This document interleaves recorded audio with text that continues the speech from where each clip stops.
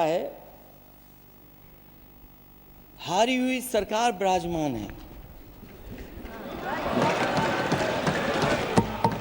जनता कह रही है चलने वाली नहीं सरकार। अध्यक्ष महोदय, जनता कह रही है चलने वाली नहीं, ये गिरने वाली सरकार है। और क्योंकि ऊपर से जुड़ा कोई तार नहीं, नीचे कोई आधार नहीं, अधर में जो है अटकी हुई वो तो कोई सरकार नहीं।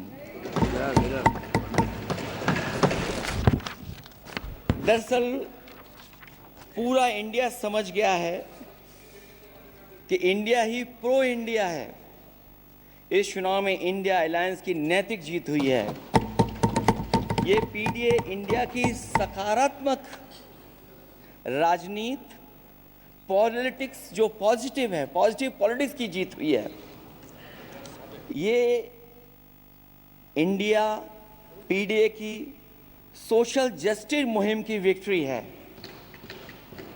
2024 का परिणाम हम इंडिया वालों के लिए जिम्मेदारी से भरा पैगाम भी है।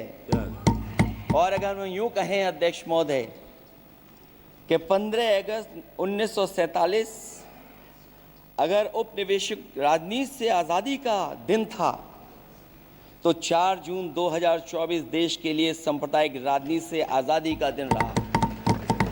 ये सांप्रदायिक राजनीति के अंत और सामुदायिक राजनीति की शुरुआत है। जहां सांप्रदायिक राजनीति का अंत हुआ है, वहीं सामुदायिक राजनीति की शुरुआत हुई है। सबसे अच्छी बात हुई ये है कि इस चुनाव में सांप्रदायिक राजनीति की हमेशा के लिए हार हो गई है। अध्यक्ष महोदय, कहने को सरकार ये कहती है कि ये 5th लार्जेस्ट इकोनॉमी बन गई है और जीडीपी के मामले में 5th वर्ल्ड की इकोनॉमी बन गई है। लेकिन अध्यक्ष मोदी, ये सरकार क्यों छिपाती है कि अगर ये हमारी सबसे लार्जेस्ट इकोनॉमी, अगर हम 5वें नंबर पर हैं, तो हमारे देश की पर कैपिटा इनकम, प्रति व्यक्ति आय हमारे किस स्थान पर पहुंची है।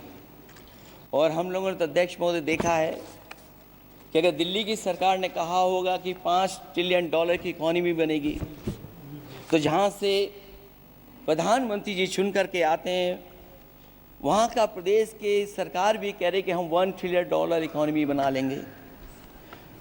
देश की इकोनॉमी कहाँ पहुँच गई, पर कैपिटा इनकम क्या है। लेकिन अगर उत्तर प्रदेश की इकोनॉमी को अगर $1 ट्रिलियन की इकोनॉमी बनना